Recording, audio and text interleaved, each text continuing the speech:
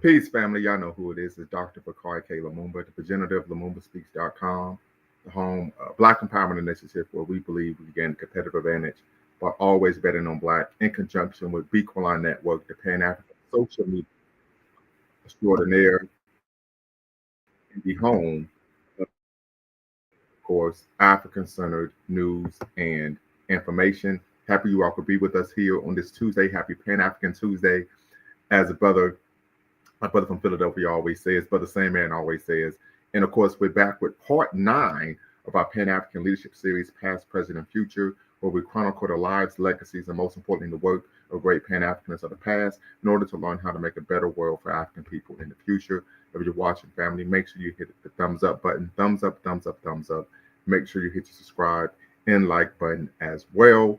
As make sure you hit the notification bell as well. You're watching, of course, LumumbaSpeaks.com in conjunction with Bequaline Network, the Pan-African social media extraordinaire, and the home of African-centered news and information. So before we get started, family, once again, this is part 9 of our groundbreaking Pan-African Leadership Series. Want to just propose a question to the brothers and sisters who are watching. You can put it in the chat. Put a 1 in the chat if you're familiar with Suzanne Belair. Put a 2 in the chat if you are unfamiliar with this sister. So put a 1 in the chat if you're familiar with Queen Mother Sanité Bélair, and put a 2 in the chat if you are unfamiliar with her. Once again, family, put a 1 in the chat if you are familiar with Queen Mother Sanité Bélair, and put a 2 in the chat if you are not. Definitely thankful for everyone that's tapped in this afternoon.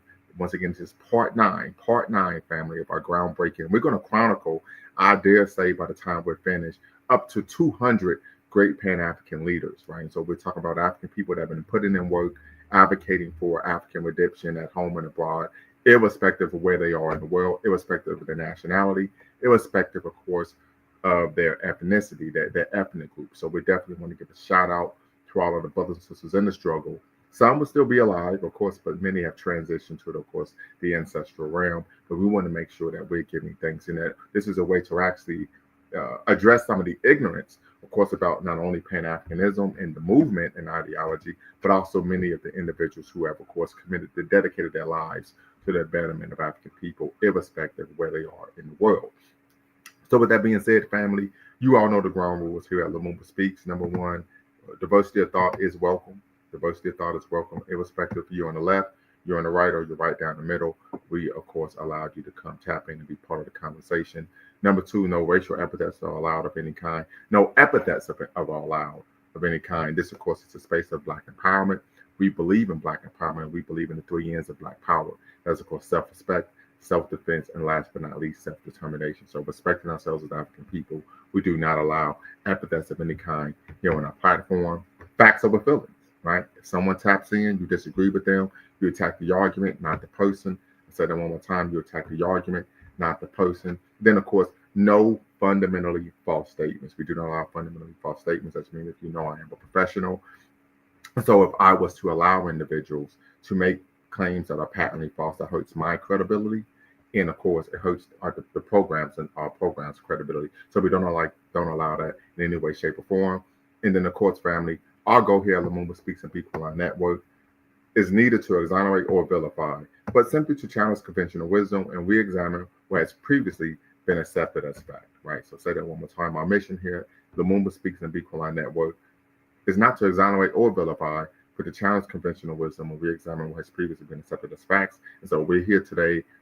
Happy Pan-African Tuesday, as Brother Sandman would say. Appreciate you all joining us for part 9 of our Pan-African Leadership Series, Past, Present, and Future, where we honor leaders of the past to help us make a better world for African people in the future. Today, we will review, of course, the life, legacy, and most importantly, the work of Suzanne Belair.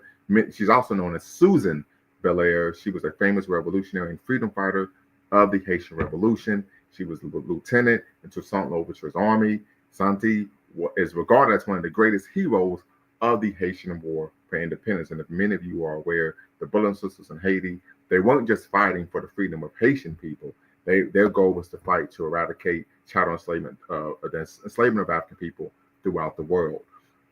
Also, many of you may be unaware, from 2004 to 2018, she was featured on the $10 banknote in Haiti for the Bicentennial of Haiti, their Commemorative Series. And at the age of 15 in 1796, she joined the war effort. Sanite quickly became a sergeant and later a lieutenant during the conflict with French troops in Saint-Domingue, fighting alongside her husband, Charles Belair, who of course was the nephew of Toussaint Louverture. Unfortunately, in 1802, her and her husband were captured during an ambush by the French army. Sanite and her husband were both sentenced to death. Her husband, Charles, was executed by firing squad, and Sanite, because she was a woman, was sentenced to be decapitated.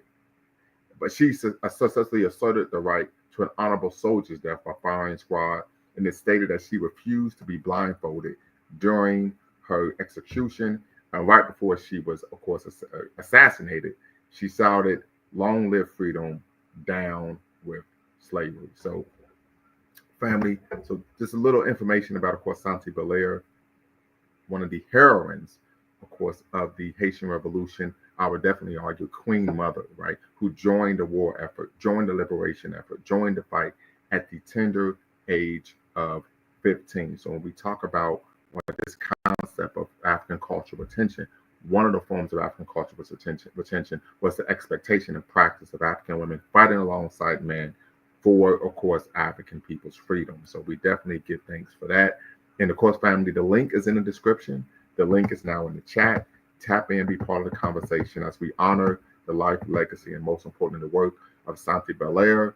Of course, you're watching LumumbaSpeaks.com in conjunction with Equal Line Network. And this is part 9 of our groundbreaking Pan-African Leadership Series, Past, Present, and Future, in which we chronicle the life, legacy, and most importantly, the work of great Pan-Africans of the past in order to learn how to make a better world for African people in the future. And of course, we're chronicling, of course, Suzanne Belair, who joined the independence fight in Haiti at the tender age of 15, and of course was steadfast in requesting that she receive a soldier's, of course, assassination. And right before she was, of course, assassinated, yelled, "Long live freedom, down with slavery." So we talk about sisters in the struggle, this African cultural practice of women picking up arms and fighting alongside their men, of course, in the fight for, of course, sovereignty, in the fight and quest for independence. We find this throughout African people's history. And then, of course, I think it's important that we honor these sisters, of course, when we're talking about doing the work of African redemption at home and abroad. So once again, family, the link is in the description. The link is in the chat. Tap in and be part of the conversation. Also, just want to show you all a picture of her on the banknote in Haiti. Many of you all may have never seen the banknote, so I definitely want to give you all a chance to see that. She was, of course, on the 10th, the 200th anniversary bicentennial banknote in Haiti. We're honoring her, showing her the proper reverence that I believe she was due. So I want to make sure that we do that. So as you can see here, this is a picture of the banknote, the Haitian gourde, of course, $10 banknote, and of course this is a depiction of them, the Haitian government honoring her for, of course, her heroism during the Haitian Revolution. And I think the biggest issue, family, when we talk about when she joined the war effort, she was only 15 years old. And so we talk about the courage that we find in African people, that even under tremendous odds, right, we never acquiesce, we never give up, we never capitulate, and we find a way to achieve, of course, our goals, even under the most difficult of circumstances. So definitely, and I believe that is representative of what it truly means to be an African woman, an Africana woman. We're talking about embracing this cultural legacy of course, unity in the struggle, being complementary, male and female in the struggle, rather than having an antagonistic relationship that we oftentimes Black feminism or feminism in general promotes. That's a conversation for another day. We're not going to get into that. But I think it's of the utmost importance that we honor, of course, the sisters in the struggle, particularly those who have paid, of course, the ultimate price and made the ultimate sacrifice. Right? We know when we typically study African history, resistance movements on the continent, even here in the West, in the diaspora, we tend to, of course, center, of course, the brothers, right? The historiography covers what the brothers, but we definitely want to make sure that we're honoring the sisters as well, because I think this is needed and necessary. And we know that as Dr. Kenora Hudson Williams teaches us, we will never be free if unless Black men and Black women, of course, are free and we work together. So definitely, of course, in the spirit of Pan-African unity, wanted to take time to honor, of course, Sanite Bélair, I believe, who was truly a queen mother. We talk about someone being a queen mother. It's Sanite Bélair, who, of course, joined the fight at the age of 15, and unfortunately, 6 years later, at the age of 21, the tender age of 21, I would say, was of course taken from us, was assassinated, but never capitulated, never acquiesced, showed no fear, and even right before, of course, she was assassinated, of course, uttered the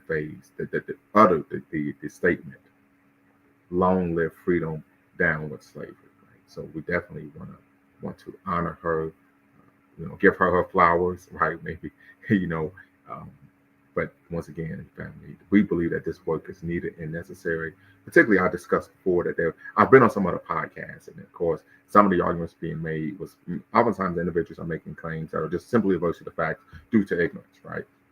Some would argue that it's willful ignorance. Right? Individuals are making claims not only because they're ignorant, but that they don't want to learn actual history. And so I think that's why these type of platforms are important, because then we can interject and say, hey, no, that's not the case. X, Y, Z actually transpired. Right? We have a history that is, of course, worthy of being, of course, acknowledged and, of course, promoted. Dr. Cooper, hey, appreciate you, Dr. Cooper. All right, appreciate you. Thank you. Hopefully, you can tap in and be part of the conversation. Of course, this is part 9 of our Pan-African Leadership Series, and we're honoring one of the Queen Mothers of the Haitian Revolution. So if you want to tap in, share your thoughts on the importance of honoring sisters in the struggle, and you're a sister in the struggle, Dr. Cooper, definitely would love for you to tap in and be part of the conversation, even if it's for a brief moment, because I'm quite sure, of course, you are working right now. I believe you, of course, are the dean at the institution that you work at. But the link is in the description. The link is in the chat, so you can tap in and be part of the conversation. But it's important that we have these conversations, family, so that we can push back, of course, against these echo chambers of ignorance, right? When individuals make the argument, I had a conversation where someone said, well, the reason why African nations were colonized was because women had the right to vote when they served in the military. Completely false, had nothing to do with it. And I was able to provide examples of African women serving in the military and being able to defeat European powers. One being, of course, Ethiopia, then, of course, a byproduct or a derivative of Africa being Haiti, right, or Saint-Domingue, as it was known at the time. So it's important that we have these conversations, that we're promoting the history, learning the history. Also, when we talk about Pan-Africanism, many individuals are unaware of what Pan-Africanism is, unaware of the ideology, unaware of what some of the core tenets and beliefs or practices, but also unaware of the history. So this gives us a way to actually, address some of those gaps, of course, that we find in the public space in the Black community and Black public political thought regarding, of course, what it means to restore ourselves to our traditional greatness as a free, proud, and productive African people. So once again, family, Mr. Sandman, once again, I got you, brother. Absolutely. She must have been from the homie that had that type of heroism. But I think that's in all of us, right? And I think I would make the argument, and please, you could tap in, family. You can let me know if you disagree. I don't have a problem with that. But I would make the argument that at our best selves as African people, we tap into that heroism on a daily basis, on a diurnal basis, irrespective if it's on the job, if it's, let's see here. I'm on lunch and enjoying learning about her. Absolutely appreciate your sister. In a multitude of ways, right? If it's fighting against microaggressions, right? If it's fighting against structural issues, right? Academically, socially, culturally, I believe that that's in all of us as a people. I think that's part of our cultural personality, that we have that type of courage, that type of heroism to never acquiesce, to never capitulate, to never give up, irrespective of the odds. I'll show you Black power, right? So once again, family, tap in, be part of the conversation. Definitely would love to hear from some of you all regarding Sister Belair, Queen Mother Belair. And once again, this is why I'm just so happy that we're able to do this, of course, Pan-African Leadership Series, because we get to learn about, of course, the Black men and women who are heroes that we typically don't learn about in the course standard K through 12 education. Sometimes even if you go to college, you won't learn about these individuals. And so I definitely want to give a shout out to Brother Dwayne Omawale. Many of you know Brother Dwayne Omawale. He's the resident historian here at Lumumba Speaks and Bequaline Network. And he is one of the individuals who assisted me directly and indirectly in compiling this long, almost 200, of course, person list of Pan-African heroes that, of course, we're going to be discussing on the platform. And when I say directly, he gave me some of the names. Indirectly, I read some of his literature. As you know, Brother Dwayne Omawale is an author of over 30-some books on the history of African people on the continent and, of course, in diaspora. And so I was able to read his literature and then, of course, compile that list as well. But once again, family, tap in, be part of the convo. Definitely would love to hear from you all. Just from what you've learned about Sister Belair, how can we take what she's done to make the world better for African people? What can we take from her that inspires us, right, to make the world better for African people? And I would tell all of you, if you have a daughter, you have nieces, you have cousins, you need to teach them about Sanite Bélair. I'll show you Black power. We need to teach them about Sanite Bélair, right? 15 years old, joined the, of course, struggle for, of course, independence, ending chattel enslavement, and, of course, the then colony known as Saint-Domingue, now known as the island country of Haiti. And I would argue once again that her heroism, her courage, her determination is representative of the best of what it means to be African and human in the fullest sense. So once again, family, tap in, be part of the conversation. You're watching LumumbaSpeaks.com, a Black empowerment initiative where we believe we can gain a competitive advantage by always betting on Black, in conjunction with Bequaline Network, the Pan-African social media extraordinaire, and the home, keyword the home, of African-centered news and information. If you're watching on YouTube, please just make sure you hit the subscribe and like button, thumbs up, and make sure you hit the notification bell for future videos. Once again, family. So, family, I'm going to stay on just a little bit longer. I hope that you all tap in, be part of the conversation. Shout out to Mr. Sandman. Happy Pan African Tuesday to all of you.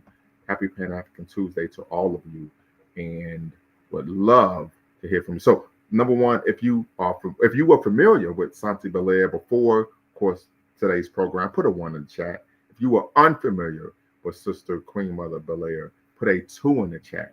So if you were familiar with her, put a 1 in the chat. If you were unfamiliar, put a 2 in the chat. If you could share with us how learning about her story, her heroism, of course, how that inspires you, and what you would do taking that information to make the world better for our people, that would be greatly appreciated. And we can close out. So once again, family, the link is in the description. The link is in the description, and the link is also in the chat. The link is also in the chat.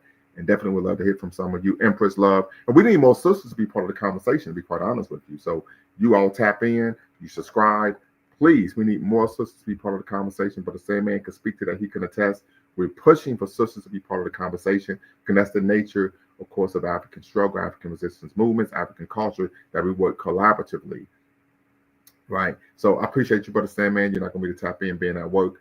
But please, if the sisters tap in, that'd be greatly appreciated. And want to hear, but if you could add in the chat maybe what you're going to take from her story, and how you're going to take from her what you've learned from, of course, Queen Mother Belair, to make the world better for African people, that'd be greatly appreciated. Greatly appreciated. I would argue for myself, something I've been doing, but something that just re-inspired me. And this is something I think takes place when we study history. One of the benefits is you learn about a legacy of accomplishment, right? And just it's inspiring one for one's self-esteem, but also it just reinforces this belief that we should never acquiesce, we should never capitulate, we should never give up, irrespective of the odds. And that's something I definitely can take from her. Might be a new tattoo coming, just let you all know that, right? Y'all know it's Tat City over here. But once again, family, if you all could share what you've learned from her, how it's going to inspire you, of course, to do better, to make the world better for our people, that'd be greatly, greatly appreciated. So once again, family, Sanite Belair joined, of course, the War for Independence when she was 15 years old, captured during the ambush in 1802. Of course, her and her husband, of course, was the aide-de-camp to, of course, the Toussaint Louverture. And her husband, Charles Belair, was Toussaint Louverture's nephew. They were sentenced, of course, to death by the French. He, of course, was shot, assassinated via firing squad. She, of course, was to be beheaded at a guillotine, and she refused. She said, "No, I'm a soldier, and I want to receive the sentence of a soldier." So she, of course, was sentenced to death by firing squad as well. And before she was, of course, assassinated, she stated, of course, in French. I'm not going to state it in French because I don't want to butcher the quote, but "Long live freedom, down with slavery." And it's at the tender age of 21 years old. And of course, she transitioned to the realm of the ancestors.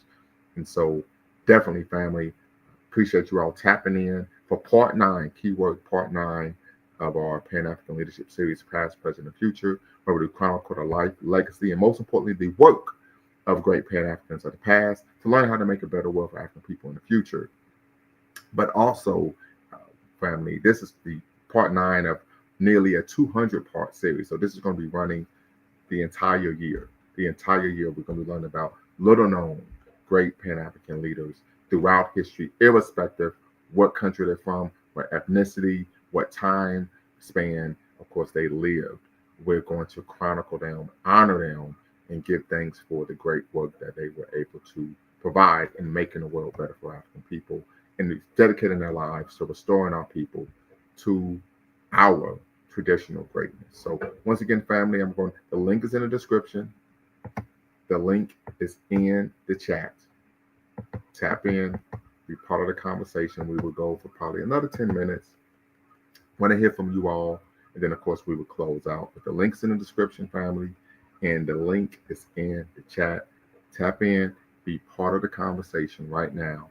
We're discussing, of course, the life, legacy, and most importantly, the work of Queen Mother Sanité Bélair. She has an ongoing popular play in France. They should do an American version of a movie and autobiography. Yeah, but my only concern is typically when people do biopics, They tend to, create a Hollywood version where much of the history is lost in translation, right? It's on the cutting room floor. A great example of that would be the movie about Harriet Tubman, where in the movie that this white guy, slave man, is in love with her. So I tend not to be a fan of biographical movies because much of the movies aren't actually historical in nature, historically accurate. But of course, that may just be the academic in me, where I prefer just to read the history from a reputable author or source, right? But appreciate you, Brother Sandman. Appreciate you. Shout out to the Illidale, and shout out to, of course, the Ohio State University. We're the reigning champs here in Ohio, because we know Pennsylvania, they're not about that life. But I had to get that in on you, but I had to get that in on you. But once again, family, tap in. Link is in the description. Link is in the chat. Tap in, be part of the conversation you want to discuss. Of course, Queen Mother Sanité Bélair, and of course, her role in the Haitian Revolution. Of course, she was not only a sergeant, but also rose to the rank of lieutenant.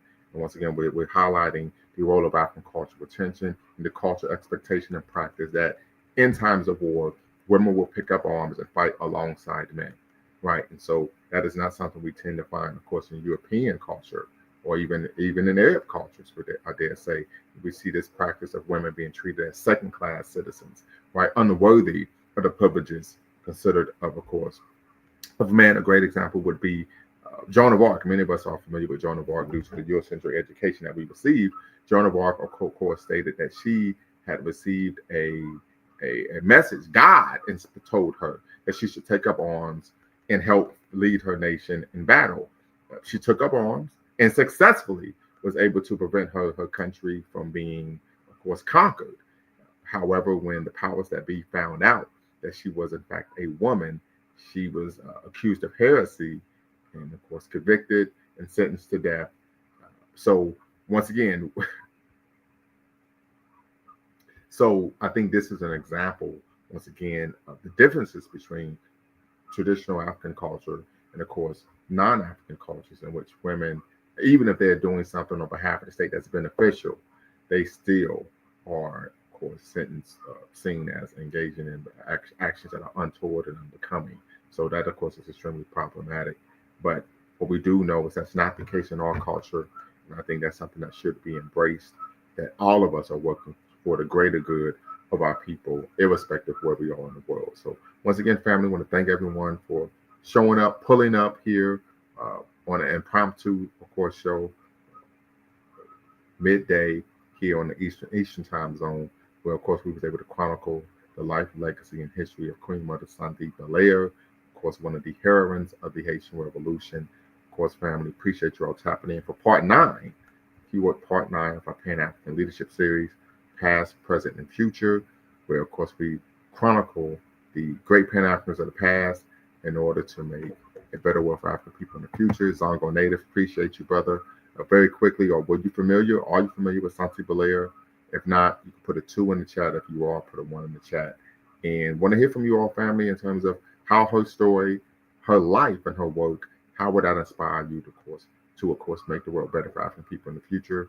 If not, we're going to, of course, go ahead and tap out. But definitely would love to hear from you all regarding how learning her story, learning her history, learning the commitment and even sacrifice she made, how that would, of course, inspire you to make the world better for African people in the future. So I see you, Brother Zongo. You said that is a negative. So I definitely appreciate the fact that you all tapped in, be part of the conversation. And until next time, family, y'all know what to do.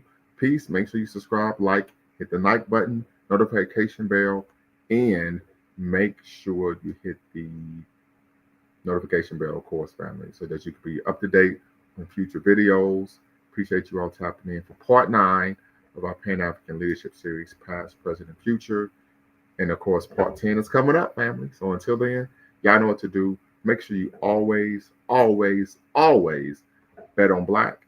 And you've been watching, of course, LumumbaSpeaks.com, a Black empowerment initiative where we believe we can always bet on Black in conjunction with Bequaline Network, the Pan-African social media extraordinaire, in the home, keyword the home, of African-centered news and information. Till next time, y'all know what to do. Peace. Before you go, make sure you hit the subscribe and like button. Thank you for supporting the channel. And remember, here at Lumumba Speaks, we always bet on black. Peace.